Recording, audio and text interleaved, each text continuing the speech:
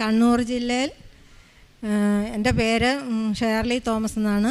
ഞാൻ കണ്ണൂർ ജില്ലയിലെ മടപ്പുരച്ചാലിൽ നിന്ന് വരുവാണ്. പിന്നെ എനിക്ക് 2 മക്കളാണുള്ളത്. പിന്നെ എനിക്ക് ഭർത്താവ് ആക്സിഡൻറ്റിൽ മരിച്ചുപോയി, 4 വർഷമായി. പിന്നെ ഒരു മോനും മോളും ഉണ്ട്. മോളെ കെട്ടിച്ചു, മോൻ കല്യാണം കഴിച്ചു. അങ്ങനെ മോന് പപ്പ മരിക്കുമ്പോൾ അവന് ഖത്തറിലായിരുന്നു. പിന്നെ അവൻ ഇങ്ങോട്ട് പോന്നു. അത് കഴിഞ്ഞിട്ട് പിന്നെ നമ്മൾ ഹോട്ടൽ മാനേജ്മെൻറ്റാണ് എൻ്റെ മോൻ പഠിച്ചത്. അത് കഴിഞ്ഞ് അവന് വന്ന് ഞങ്ങളൊരു ചെറിയ തട്ടുകടയൊക്കെ ഇട്ട് ജീവിക്കാൻ നോക്കുമ്പോൾ കൊറോണ വന്നു. കൊറോണ സമയത്ത് പിന്നെ അതെല്ലാം അടച്ചു പൂട്ടി. അത് കഴിഞ്ഞ് മോന് ജീവിക്കാനായി പല പണിയെടുത്തു, ഒന്നും നടന്നില്ല. പിന്നെ അവന് ദുബായിക്ക് പോയി 9 മാസം അവിടെ ജോലി നോക്കി. ഹോട്ടൽ മാനേജ്മെൻറ്റ് ഷെഫായിട്ട് ജോലി നോക്കി. 9 മാസം കഴിഞ്ഞപ്പം അവൻ്റെ കൂടെ ഉണ്ടായിരുന്ന ഒരാൾ ഇവനെ ഉപദ്രവിച്ചു. ഇവനിട്ട് കുത്തുവാണ് ചെയ്തത്. ഇവനിട്ട് പിന്നെ എന്തോ അവൻ്റെ പുതിയതായിട്ട് വന്ന ഒരാളായിരുന്നു. 2 ദിവസമായിരുന്നുള്ളൂ പുള്ളി വന്നിട്ട്. അപ്പോൾ മാനേജരും MDയും പറഞ്ഞു ആ പുള്ളിയോട് പൊയ്ക്കോളാൻ പറഞ്ഞു. ഇവനെ സംശയം എന്തോ തോന്നി. ഇവനും കൂടി പറഞ്ഞിട്ടാണോ പുള്ളിക്ക് എന്തോ സംശയം തോന്നി. പുള്ളി കിച്ചണിൽ വന്നിട്ട് എൻ്റെ മോനെ കുത്തി പിന്നെ വീണു. നല്ല പരിക്കായിരുന്നു, കൈ മുറിഞ്ഞു. പുറകിൽ കുത്തിപ്പോൾ അവൻ വീണ് ചോരയെ കുളിച്ച് കിടന്നു. പിന്നെ അത് കഴിഞ്ഞിട്ട് പിന്നെ അവന് അവിടുന്ന് ആൾ വന്ന് എല്ലാവരും ഓടി വന്ന് ആശുപത്രിയിൽ കൊണ്ടുപോയി പോണ വഴിക്ക് തന്നെ പുള്ളിയുടെ മെയിൻ ഞരമ്പാണ് പുള്ളിയുടെ മുറിഞ്ഞത്. എല്ലായിടത്തൂടെയും ഉള്ള രക്ത ഓട്ടം നിന്നു, എല്ലാം നിലച്ചു. പുള്ളി മെയിൻ ഞരമ്പ് കിഡ്നിയിലോട്ട് പിന്നെ ഹാർട്ടിലോട്ടൊക്കെ ഉള്ള ഞരമ്പ് മുറിഞ്ഞ് രക്തോട്ടം നിന്ന് പുള്ളിക്ക് ബോധമൊന്നുമില്ല. പുള്ളി ലാസ്റ്റ് എൻ്റെ ദൈവമേ എന്നെ കാത്തോളണേന്ന് പറഞ്ഞ് ആശുപത്രി കൊണ്ടുപോകുന്ന വഴിക്ക് അവന് 5.5 വയസ്സുള്ള ഒരു കൊച്ചുണ്ട്, ഞാനും ഉള്ള അവന്. വേറെ ഭാര്യയുണ്ട്, ഭാര്യ ദുബായി തന്നെ ഉണ്ട്. അങ്ങനെ പോകുന്ന വഴിക്ക് ആശുപത്രി കയറ്റി ഓപ്പറേഷൻ ചെയ്യാൻ നേരത്ത് പുള്ളിക്ക് അറ്റാക്ക് ഉണ്ടായി. അതോടുകൂടി ഡോക്ടർ പറഞ്ഞു തീർത്തു പോയി എന്ന് പറഞ്ഞു. അങ്ങനെ തിരിച്ചിറക്കി, വെൻറ്റിലേറ്ററിൽ നിന്ന് തിരിച്ചിറക്കി. പിന്നെ അങ്ങനെ നിൽക്കുമ്പോൾ ഒരു ഡോക്ടർ പറഞ്ഞു നമുക്ക് ഒന്നും കൂടി പരിശ്രമിച്ച് നോക്കാമെന്ന് പറഞ്ഞു. അപ്പം ഞാൻ ഈ സംഭവമൊന്നും അറിയുന്നില്ല. ഞാൻ പിന്നീടാണ് നാട്ടിൽ ഈ സംഭവം അറിയണത്. ആദ്യം എന്നെ അറിയിച്ചൊന്നുമില്ല. പിന്നീടാണ് എന്നോട് ഈ കാര്യങ്ങളെല്ലാം ഇവർ പറയണത്. അറിഞ്ഞു കഴിഞ്ഞപ്പം ഫെബ്രുവരി 3-ാം തീയതിയാണ് അവന് ഈ അബദ്ധം പറ്റുന്നത്, കുത്തുകൊള്ളുന്നത്. അത് കഴിഞ്ഞ് ഞാൻ 15-ാം തീയതി ഇവിടെ വന്ന് ഉടമ്പടി എടുത്ത് കഴിഞ്ഞ് അപ്പോൾ 15 ദിവസമായി ഇവന് കുത്തുകൊണ്ടിട്ട്. 15 ദിവസം ഞാനിവിടെ വന്ന് ഉടമ്പടി എടുത്ത് പള്ളിക്കകത്ത് കയറിയിരുന്ന് പ്രാർത്ഥിച്ച് മാതാവിനോട് കരഞ്ഞ് ഞാൻ അപേക്ഷിച്ച് എൻ്റെ മോനെ എനിക്ക് തിരിച്ചു തരണേ, എൻ്റെ മോൻ്റെ ജീവൻ എനിക്ക് തരണമെന്ന് മാത്രമേ ഞാൻ പ്രാർത്ഥിച്ചുള്ളൂ. അങ്ങനെ ഞാൻ ഉടമ്പടി എടുത്തു കഴിഞ്ഞപ്പം എനിക്കിവിടെ വിവരം കിട്ടി, എൻ്റെ മോന് സംസാരിച്ചെന്ന് എനിക്ക് വിവരം കിട്ടി. പിന്നീട് അങ്ങോട്ട് സീരിയസ് എന്ന് പറഞ്ഞാൽ അങ്ങേറ്റം സീരിയസ്.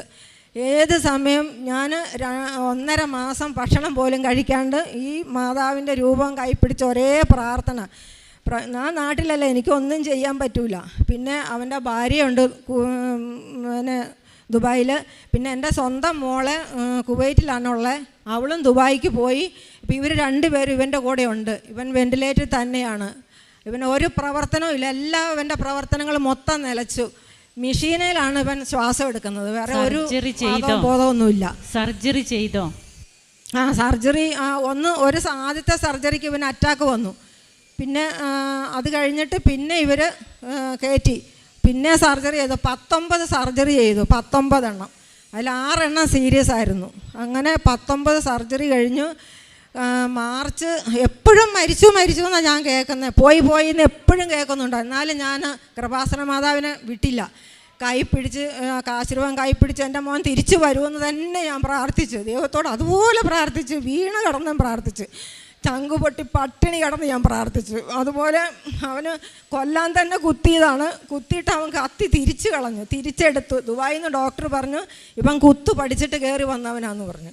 2 ദിവസമായുള്ള അവനവിടെ വന്നിട്ട്.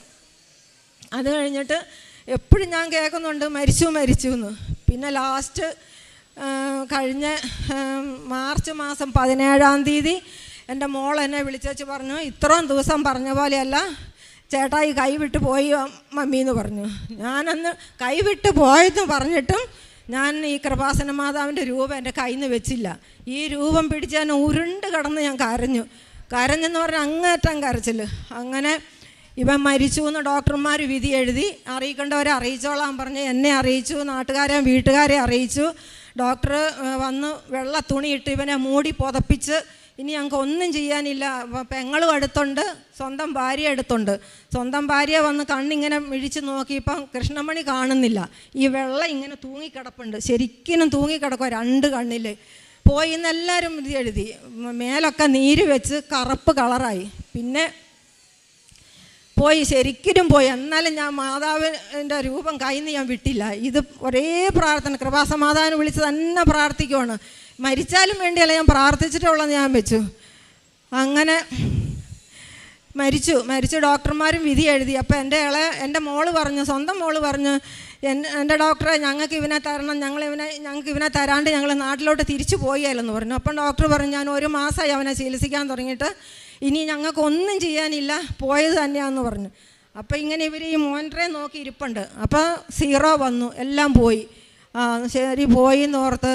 അപ്പോൾ എൻ്റെ സ്വന്തം മോൾ ഇവൻ്റെ കാലെ 2ലും പിടിച്ച് വലിച്ചേച്ച് പറഞ്ഞ്, ചേട്ടായി നീ പോകരുതടാ, നമ്മുടെ പപ്പയുടെ കൂടെ പോകരുത്, പപ്പ മരിച്ചു പോയി, പോകരുത്, നിൻ്റെ അമ്മയ്ക്കും കൊച്ചിനും ആരും ഇല്ലടാ, എഴുന്നേക്കടാന്ന് പറഞ്ഞു. ഇവൻ കാലെ പിടിച്ച് എൻ്റെ മോള് പിടിച്ച് വലിച്ചപ്പോൾ ഇവൻ മരിച്ചവൻ ഈ മൂടിൽ തുണി മാറ്റിയിട്ട് ഇവൻ 2 കൈയും കൂത്തി ചാടി ഇങ്ങ് ഏറ്റു കഴിഞ്ഞപ്പം കൃപാസന ഉള്ള സംഭവമാണ് ഇത്, ഉണ്ടായ സംഭവം ഇത്. എൻ്റെ മക്കൾ കണ്ടുകൊണ്ട് നിൽക്കുക, ഭാര്യ ബോധം കെട്ട് വീണ്, സ്വന്തം മോള് കണ്ടുകൊണ്ട് നിൽക്കുക. അപ്പോൾ എന്നെ വിളിച്ചതെല്ലാം പറയുന്നുണ്ട്.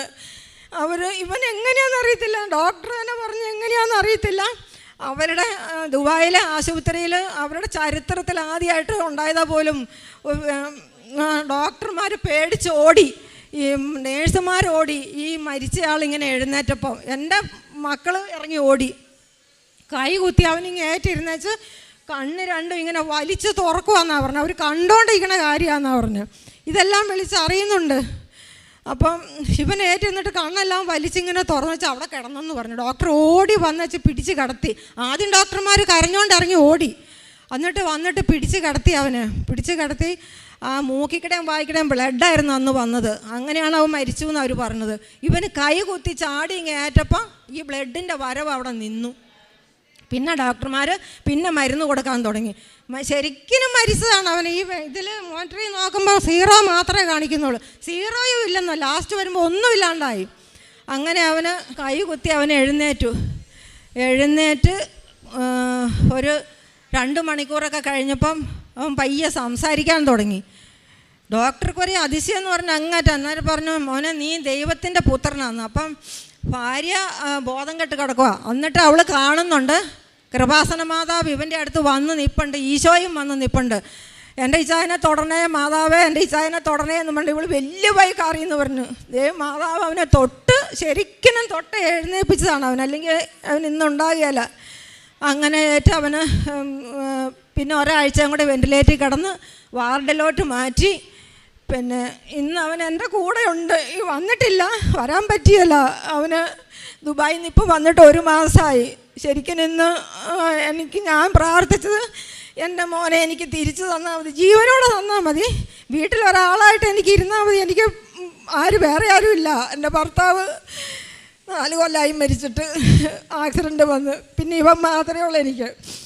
എന്താ ദൈവം മാതാവ് എന്നെ കൈവിട്ടില്ല. ഉറപ്പായിട്ടും കൃപാസന മാതാവിനോട് പ്രാർത്ഥിച്ചാൽ ദൈവം, നമ്മൾ നെഞ്ച് പൊട്ടി പ്രാർത്ഥിച്ച ദൈവം തരാതിരിക്കുകയല്ല. കാരണം എനിക്ക് അനുഭവമായിപ്പോയി. എൻ്റെ കൊച്ച് തിരിച്ചു വന്നത് 3 പ്രാവശ്യം മരിച്ചെന്ന് ഞാൻ അറിഞ്ഞു. ഇത് 3ാമത്തെ പ്രാവശ്യം ഉറപ്പായിട്ടും മരിച്ചെന്ന് എന്നോട് ഇവർ പറഞ്ഞതാ. ഇത്രയും നാളത്തെ പോലെയല്ല മമ്മി, ചേട്ടായി കൈവിട്ട് പോയി എന്ന് പറഞ്ഞ്. എന്നിട്ടും ഞാൻ പ്രാർത്ഥിച്ചു. പക്ഷേ എൻ്റെ മോനെ എനിക്ക് ദൈവം തിരിച്ചു തന്നു. ഇന്ന് എൻ്റെ കൂടെ എൻ്റെ വീട്ടിലുണ്ട്. അങ്ങനെ കുറേ ഇനി പറയാനൊക്കെ ഉണ്ട്. ഒത്തിരി പട്ടിണിയും പഞ്ഞവും കിടന്നിട്ടാണ് അവൻ പോയത്. അമ്മേനെ പോറ്റാൻ തൊഴിലുറപ്പിന് വരെ എൻ്റെ മോൻ പോയി കഷ്ടപ്പെട്ട്, എന്നിട്ടാണ് ഇവൻ ദുബായിക്ക് കയറിപ്പോയത്. എന്നെ ഇട്ടിട്ട് പോയാലെന്ന് പറഞ്ഞതാണ്. ഞാനും അവൻ്റെ 5.5 വയസ്സുള്ള ഒരു കൊച്ചും ഞങ്ങൾ തന്നെയാണ് 9 മാസം എൻ്റെ വീട്ടിൽ താമസിച്ചത്. അങ്ങനെ നിവൃത്തിയില്ലാണ്ട് അവൻ കയറിപ്പോയതാണ്. അപ്പനും ഇല്ല, അമ്മേനും എല്ലാവരും പോറ്റാൻ വേണ്ടി പോരിച്ചാണ്. ദൈവം എൻ്റെ മോനെ ജീവനോടെ തിരിച്ചു തന്നു. കുറേ കടമൊക്കെ ഉണ്ടായിരുന്നു, അതൊക്കെ വീട്ടാനാണ് പുള്ളി പോയത്. ഒന്നും വീട്ടാൻ പറ്റിയില്ല. വേണ്ട, മാതാവ് വീട്ടിക്കോളൂ എൻ്റെ കടം. പക്ഷേ എൻ്റെ കൊച്ചിനെ എനിക്ക് ജീവനോടെ മാതാവ് തിരിച്ചു തന്നു. അതെനിക്ക് ഇവിടെ വന്ന് പറയണമെന്നുണ്ടായിരുന്നു. ശരിക്കും കൃപാസന മാതാവ് ഇറങ്ങി വന്ന് അവനെ തൊട്ടത് യാതൊരു സംശയമില്ല. ഉടമ്പടി നേർച്ച വസ്തുക്കളൊക്കെ ചേച്ചി എങ്ങനെയാണ് ഉപയോഗിച്ചത് മകന് വേണ്ടിയിട്ട്? ഇവിടുന്ന് ഉടമ്പടി നേർച്ച വസ്തുക്കൾ കൊണ്ടുപോയിട്ട് ചേച്ചി ഉപയോഗിച്ചോ മകന് വേണ്ടിയിട്ട്? ഞാൻ ഉപയോഗിച്ചു, ഞാൻ വീട്ടിൽ ഉപയോഗിച്ചു. പക്ഷേ എൻ്റെ അവിടെ നിന്ന് പിന്നെ ഇവിടെ ദുബായിൽ നിന്ന് ഇവിടെ വരുമ്പോൾ വന്ന സിസ്റ്റർമാരൊക്കെ ഉണ്ടായിരുന്നു, നേഴ്സുമാർ. അവർ പിന്നെ കാശ് രൂപം കൊന്തയൊക്കെ അവൻ്റെ ഭാര്യയുടെ കയ്യിലും പെങ്ങളുടെ കയ്യിലും കൊടുത്തിട്ടുണ്ടായിരുന്നു. അവരിവിടെ വന്നിട്ട് അവിടെ പോയതാണ്, ദുബായിക്ക് പോയതാണ്. അവരതെല്ലാം കൊടുത്ത് ഇവരെ കൊണ്ട് പ്രാർത്ഥിപ്പിച്ചു. എന്നിട്ട് എനിക്ക് ഇവിടെ തന്നെ തൈലമൊക്കെ അവന് വേണ്ടി തന്നെ ഞാൻ തന്നെ കുരിശ് വരച്ച് പ്രാർത്ഥിച്ചു. ഇവിടെ നിന്ന് പറഞ്ഞ പോലെ തന്നെ ഞാൻ ചെയ്തു. എല്ലാ ദിവസവും പള്ളിയിൽ പോയി കുമ്പസാരിച്ചു. ഇവർ പറഞ്ഞ പോലെ തന്നെ എൻ്റെ മകന് വേണ്ടി ഞാൻ മരിക്കാൻ തയ്യാറ്. ഞാൻ ലാസ്റ്റ് ദൈവത്തോട് പറഞ്ഞു, എൻ്റെ ജീവൻ എടുത്തോ, എനിക്ക് ഇത്രയും പ്രായം, എൻ്റെ ജീവൻ എടുത്തോ, എൻ്റെ കൊച്ചിനെ എനിക്ക് തിരിച്ചു തരണമെന്ന് പറഞ്ഞു. എന്തായാലും മാതാവ് കേട്ടത്. ഇന്നെൻ്റെ കൊച്ചു വീട്ടിലുണ്ടത് ഉള്ള സംഭവം. നിങ്ങൾ അല്ലെങ്കിൽ എൻ്റെ വീട്ടിൽ വന്ന് നിങ്ങൾ നോക്കിക്കോ, ഉള്ള സംഭവം. എൻ്റെ കൊച്ചിനെ കാണാൻ വീട്ടിൽ വന്നാൽ ഇപ്പം അവനെ കൊണ്ടുവരാൻ പറ്റൂല എന്നിട്ടാണ് ഞാൻ കൊണ്ടുവരാത്ത. ഇപ്പം നടക്കുന്നുണ്ട്, ഒരു കുഴപ്പമില്ല. ചെറുതായിട്ടൊക്കെ ഭക്ഷണം കഴിക്കാൻ ചെറിയ ഭക്ഷണങ്ങൾ കഴിക്കത്തുള്ളൂ. എല്ലാം അരച്ചും പിടിച്ചൊക്കെ കഴിക്കത്തുള്ളൂ. കാരണം കുടലെല്ലാം മുറിഞ്ഞു പോയതാണ്. അതൊക്കെ തുന്നി വെച്ചേക്കാണ്. 19 സർജൻ അകത്തുള്ളത്. പിന്നെ ഇവിടെ എല്ലാം കീറി മുറിച്ച് അവർ ഡോക്ടർമാർ ബ്ലഡ് കൊടുത്തത് മൊത്തം ബ്ലഡും ഇവൻ്റെ പോയി. ബ്ലഡ് കൊടുത്തത് കയ്യെ കൂടെ കയറാൻ ബുദ്ധിമുട്ടായിട്ട് ഈ കഴുത്തിനാണ് തുളയിട്ട് കൊടുത്തിരിക്കുന്നത്. എല്ലാം ബ്ലഡ് കൊടുത്തതും ഒക്കെ പല പ്രാവശ്യം ബ്ലഡ് കൊടുത്തിട്ടും ബ്ലഡ് നിലച്ചു പോയി, കട്ട കെട്ടിപ്പോയി. എന്നിട്ട് ഇവിടെയെല്ലാം കീറി. അത് അന്നേരമൊക്കെ ഞാൻ പ്രാർത്ഥിച്ചുകൊണ്ടിരിക്കാൻ 1.5 മാസം ഞാൻ പട്ടിണി കിടന്നു, കട്ടൻ ചായ മാത്രം കുടിച്ചിട്ട് കിടന്നത്. ഇപ്പം എൻ്റെ മോൻ വന്നേ പിന്നെ ഞാൻ ഭക്ഷണം കഴിക്കാൻ തുടങ്ങിയത്. ഉള്ള സംഭവം ഇത്. എനിക്ക് ദൈവത്തിനോട് എന്തേലും നന്ദി പറഞ്ഞാലും തീരെയല്ല. എല്ലാവരും പ്രാർത്ഥിച്ചവരോടൊക്കെ നന്ദി. അറിഞ്ഞോര് പ്രാർത്ഥിച്ചു. എന്നിട്ട് അവസാനം ഡോക്ടർമാർ പേരിട്ട് ദൈവത്തിൻ്റെ പുത്രനാ നീ. ദുബായിലെ ഡോക്ടർമാർ, ഞങ്ങളുടെ സാമർത്ഥ്യം കൊണ്ടല്ല, നിനക്ക് ദൈവമാണ്, ദൈവത്തിൻ്റെ പുത്രനാ നീ എന്നും പറഞ്ഞ എല്ലാ ഡോക്ടർമാരും ഡിസ്ചാർജ് ചെയ്ത് പോന്നപ്പോൾ അവനെ കെട്ടിപ്പിടിച്ച് കരയുവാണ്. കാരണം അവരുടെ ചരിത്രത്തിലാകെ ആശുപത്രിയുടെ ചരിത്രത്തിൽ ആദ്യമായിട്ട് സംഭവിക്കുന്ന ഇങ്ങനെയൊരു രോഗി അവിടെ വന്നിട്ട് രക്ഷപ്പെടുന്നത്. അത് ശരിക്കും കൃപാസന മാതാവിൻ്റെ അനുഗ്രഹം തന്നെയാണ്, യാതൊരു സംശയമില്ല. പ്രാർത്ഥന അത് ഒരിക്കലും ഞാൻ മറക്കൂല. അതിന് ഓടി ഇവിടെ വന്ന് എനിക്കിന്ന് ഇവിടെ നിർബന്ധമായിട്ടും പറയണമെന്നുണ്ടായിരുന്നു.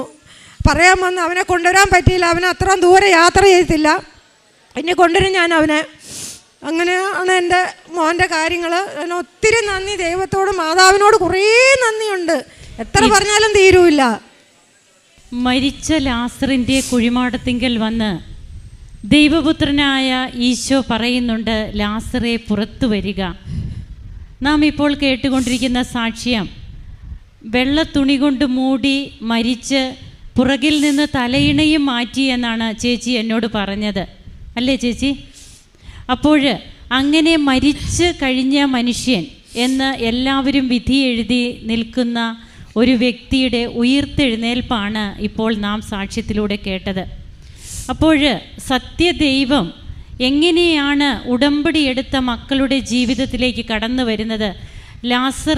മരിച്ച ലാസറിൻ്റെ സഹോദരി പറയുന്നുണ്ട്, ഇപ്പോൾ ശരീരം അഴിഞ്ഞിരിക്കും, ദുർഗന്ധം വമിക്കുന്നുണ്ടാകും കർത്താവേ എന്ന് പറയുമ്പോൾ കർത്താവ് ചോദിക്കുന്നുണ്ട്, നീ വിശ്വസിച്ചാൽ മാത്രം മതി എന്ന്, ദൈവമഹത്വം ദർശിക്കുമെന്ന് കർത്താവ് പറയുന്നുണ്ട്.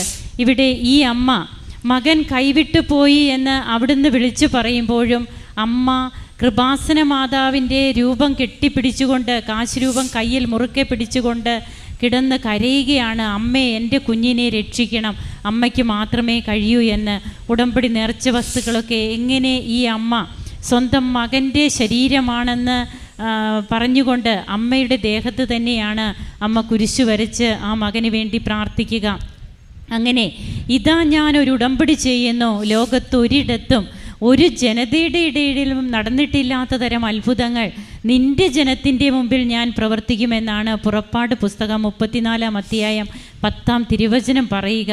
നാം കേൾക്കുന്ന ഓരോ സാക്ഷ്യങ്ങളും ജീവിക്കുന്ന ദൈവത്തിൻ്റെ സാക്ഷ്യങ്ങളാണ്. ജീവനുള്ള പുത്രനായ യേശു ക്രിസ്തുവിൻ്റെ സാക്ഷ്യങ്ങളാണ്.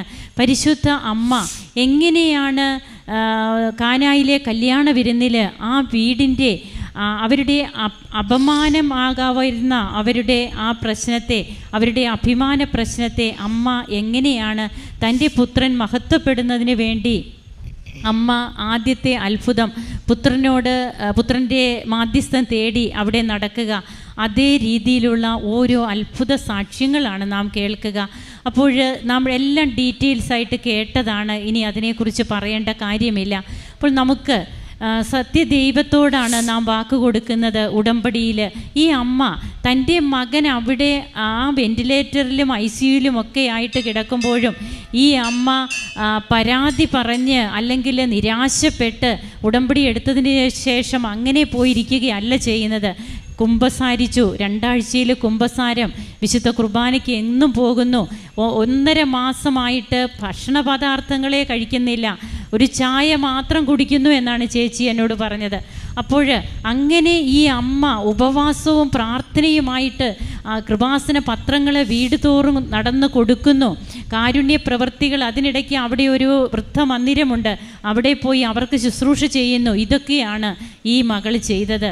അപ്പോൾ നാം ഉടമ്പടി എടുക്കുന്നവർ മാത്രമാകരുത്, ഉടമ്പടി നിബന്ധനകൾ പാലിച്ചുകൊണ്ട് വിശ്വസ്തരും സത്യസന്ധരുമാകുമ്പോൾ മരിച്ചവർ ഉയർത്തെഴുന്നേൽക്കുന്ന സാക്ഷ്യങ്ങളാണ് നമുക്ക് കേൾക്കുവാൻ കഴിയുക. നമുക്ക് കരങ്ങളടിച്ച് ഈശോയ്ക്കും അമ്മയ്ക്കും നന്ദി പറയാം, ദൈവത്തെ മഹത്വപ്പെടുത്താം. യേശുവേ നന്ദി, യേശുവേ സ്തുതി, യേശുവേ ആരാധന.